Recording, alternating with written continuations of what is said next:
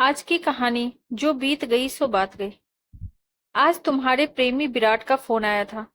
पवन ने घर में घुसते ही रमा से कहा। सन्न रह गई रमा। क्या कहे कुछ समझ नहीं पाई। अपना बैग पैक सेंटर टेबल पर रखकर पवन बोला, वह चाहता है कि मैं तुमसे अलग हो जाऊं ताकि वह तुमसे शादी करके तुम्हारे साथ खुशी खुशी रह सके। अपनी बात की प्रतिक्रिया जानने के लिए पवन रमा को देखता रहा। उसकी बुद्धि भ्रष्ट हो गई है। जब उसे मेरे साथ रहने का मौका मिला था तब तो वह भाग खड़ा हुआ था। अब यह संभव नहीं है। मैं उससे बात करूंगी।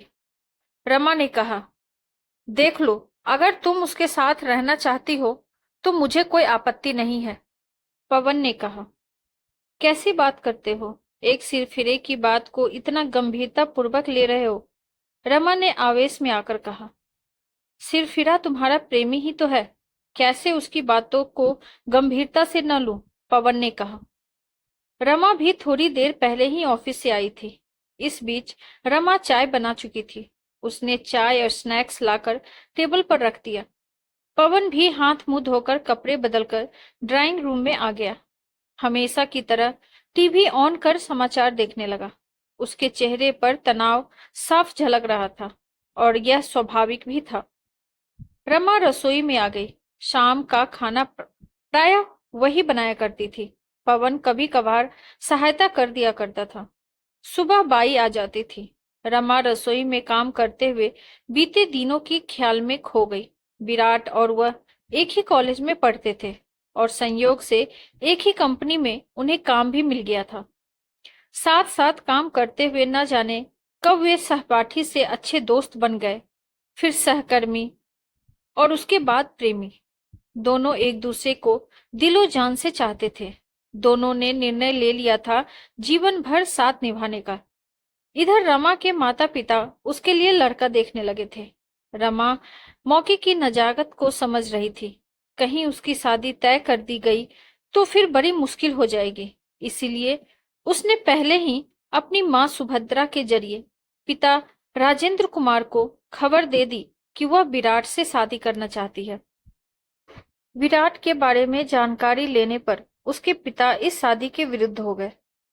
एक तो उनकी नजर में लड़की का खुद शादी के लिए लड़का चुनना अपने आप में गलत था और लड़का दूसरी जाति का भी था। वे इसके लिए बिल्कुल तैयार नहीं थे। रमा को विश्वास था कि यदि विराट प्रस्ताव रखेगा तो उसके पिता मान जाएंगे। अतः उसने विराट को अपने पिता से बात करने के लिए कह दिया। विराट ने एक दिन उसके पिता के मोबाइल पर कॉल किया। अनजान नंबर देखकर यह सोचते हुए कि न जाने कौन होगा, उन्होंने फोन उठाया। रमा को मालूम था कि विराट उसके पिता को फोन करने वाला है। उसका पूरा ध्यान पिता के फोन पर था। हेलो, राजेंद्र जी ने कहा। नमस्ते अंकल, मैं विराट बोल रहा हूँ। विराट ने नम्रतापूर्वक कहा। कौन विराट? राजेंद्र जी ने जानबूझकर अनजान बनते हुए कहा। उन्हें अच्छी तरह से मालूम था कि विराट कौन है। रमा ने बताया था। जी, मैं रमा के ऑफिस में काम करता हूँ। मेरी रमा के साथ बहुत अच्छी मित्रता है। हम एक दूसरे से बहुत प्यार करते हैं और शादी करना चाहते हैं। विराट ने कहा।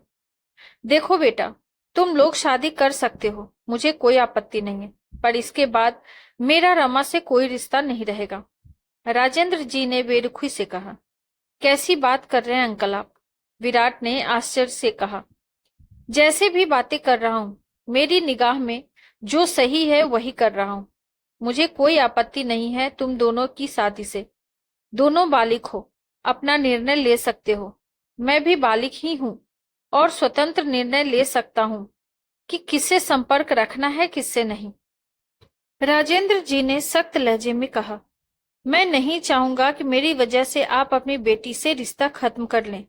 थैंक यू अंकल, कहकर फोन डिस्कनेक्ट कर दिया था विराट ने। रमा समझ गई थी कि उसके पिता ने बेरुखी से विराट के प्रस्ताव को ठुकरा दिया है।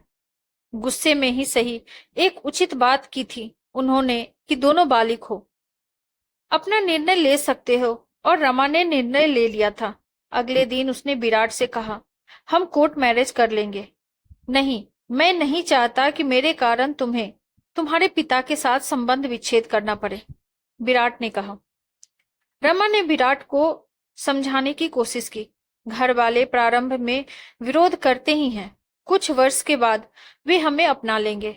जब तक तुम्हारे पिताजी राजी नहीं होंगे, मैं यह शादी नहीं करूंगा, विराट ने स्पष्ट कर दिया। क्या करती रमा चुप लगा गई। कुछ दिनों के बाद रमा का ट्रांसफर दूसरे शहर में हो गया। उसे अच्छा लगा, क्योंकि अब उसे रोज विराट के सामने नहीं आना पड़ता था। विराट ने अपने सिद्धांत के आगे प्यार को छोटा जो कर दिया था। इस बीच घर वालों ने उसकी इच्छा पूछी।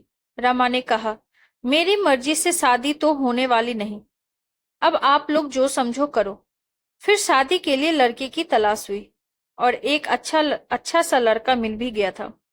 शादी तय कर दी गई, सगाई हो गई। इस बीच विराट को न जाने क्या हुआ, उसने रमा के मोबाइल पर कॉल किया। रमा, मुझे लगता है मैं तुम्हारे बिना नहीं रह पाऊंगा, हम कोर्ट मैरिज कर लें। जब कोर्ट मैरिज करना था तब तो तुम बड़े आदर्शवादी बन गए थे। अब यह संभव नहीं है। मेरी सगाई हो गई है और शादी का दिन भी निश्चित हो गया है। अगले सप्ताह ही मेरी शादी है। अब इन बातों का कोई मतलब नहीं है, रवा ने दुखी पर सख्त लहजे में कहा। सगाई ही तो हुई है, शादी भी तो टूट जाती है, सगाई क्या चीज है? विराट बोला। मैं उस निर्दोष व्यक्ति को क्यों बदनाम करूं जिसका कोई कसूर नहीं है? यदि अब मैं सगाई तोड़ दूंगी तो उसकी कितनी बदनामी होगी। अब तुम इन बातों को भूल जाओ, मैं भी भूल गई हूं, रमा ने दृढ़ता से कहा। कैसे भूल सकता हूं रमा, कितने हसीन पल बिताए हैं हम दोनों ने। सारे हसीन पलों को तुमने दुस्वप्न बना दिया एक सिद्धांतवादी निर्णय लेकर, और अब उस निर्णय पर भी अडिग नहीं रह सकते। अब कुछ नहीं हो सकता, रमा ने कहा और फोन काट दिया। विराट बार बार फोन करता रहा पर रमा ने फोन नहीं उठाया। रमा यही सोच रही थी कि विराट स्थिति को समझकर शांत हो जाएगा, पर जब पवन ने शादी से एक दिन पहले उसे फोन कर पूछा कि क्या वह अपनी मर्जी से शादी कर रही है, तो वह चौंक गई। ऐसा क्यों पूछ रहे हो आप? रमा ने पूछा। मेरे पास विराट नाम के लड़के का फोन आया था। उसने बताया कि वह तुमसे शादी करना चाहता है और तुम भी उससे शादी करना चाहती थी। घर वालों के दबाव में तुम मुझसे शादी कर रही हो, पवन ने कहा। ऐसी नीचता पर उतर जाएगा विराट, रमा ने सोचा भी नहीं था, पर अभी तो पवन को जवाब देना था। हम एक दूसरे के साथ स्कूल से ही हैं, एक ही कंपनी में, एक ही शहर में काम भी करते थे। वह मेरा अच्छा दोस्त भी था और प्रेमी भी, पर मेरे घर वाले उसके विजातीय होने के कारण उसके साथ मेरी शादी करने के लिए तैयार नहीं थे। मैं तैयार थी, पर वह घर वालों की सहमति के बिना शादी नहीं करना चाहता था। इसीलिए मैं घर वालों की मर्जी से शादी करने के लिए तैयार हो गई। अब वह मेरे लिए भूतकाल की बात है। हाँ, यदि यह जानकर आप मुझसे शादी नहीं करना चाहते हैं तो आप स्वतंत्र हैं। रमा ने बगैर किसी लाट लपेट की स्थिति स्पष्ट कर दी। यह जानकर कि वह तुम्हारा प्रेमी था, मुझे कोई फर्क नहीं पड़ता। बस यही जानना चाहता हूँ कि तुम स्वेच्छा से मुझसे शादी कर रही हो या किसी दबाव में, पवन ने पूछा। विराट से मेरी शादी हो नहीं सकती, किसी से शादी तो करना है। मेरे घर वालों ने यह शादी तय की है और मैं इसके लिए बिल्कुल तैयार हूँ, रमा ने कहा। जब तुम तैयार हो तो कोई विराट या कोई सम्राट क्या करेगा, उसे बकने दो, पवन ने कहा। रमा को बड़ी राहत महसूस हुई। यदि पवन शादी के लिए इनकार कर देता तो उसके घर वालों के लिए बहुत ही अप्रिय स्थिति होती। इसके बाद दोनों पति पत्नी खुशहाल जीवन जी रहे थे। आज 2 वर्ष बाद पवन को फिर से फोन कर विराट ने उनके शांत जीवन में खलबली मचा दी थी। विराट बीच बीच में इस तरह की हरकत कर दिया करता था। जब उसे निर्णय लेना था उस समय तो निर्णय लिया नहीं, और अब जब सब कुछ हाथ से निकल गया तो उटपटांग हरकत कर रहा है। खाना बना लेने के बाद वह ड्राइंग रूम में आई और पवन से कहा, टीवी का वॉल्यूम कम करो, मुझे बात करनी है। उधर जाकर बात कर लो ना, पवन ने कहा। तुम्हारे सामने बात करनी है, कहकर रमा ने टीवी को म्यूट कर दिया। फिर उसने विराट को फोन मिलाया। विराट खुश होकर बोला, हेलो रमा, मुझे मालूम है तुम पागल हो चुके हो। आज तुमने फिर मेरे पति को फोन करके परेशान किया है। अंतिम चेतावनी है तुम्हें। भारतीय दंड संहिता की धारा 354 के बारे में पढ़ लो। अब अगर मुझे या मेरे पति को फोन करोगे तो इसी धारा में तुम्हारे खिलाफ पुलिस थाने में एफआईआर दर्ज कराऊंगी। एक बार एफआईआर दर्ज हो जाने पर कंपनी तुम्हारे साथ क्या करेगी तुम अच्छी तरह से जानते हो। Good bye.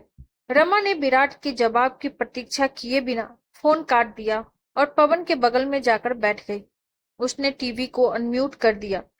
पवन प्रशंसा भारी निगाहों से रमा को देखने लगा। आपको हमारी कहानी कैसी लगी कमेंट बॉक्स में जरूर बताइए और ऐसी ही ढेरों सारी कहानियों के लिए वीडियो को लाइक, शेयर और चैनल पे नए हैं तो सब्सक्राइब करना ना भूलें। Thank you.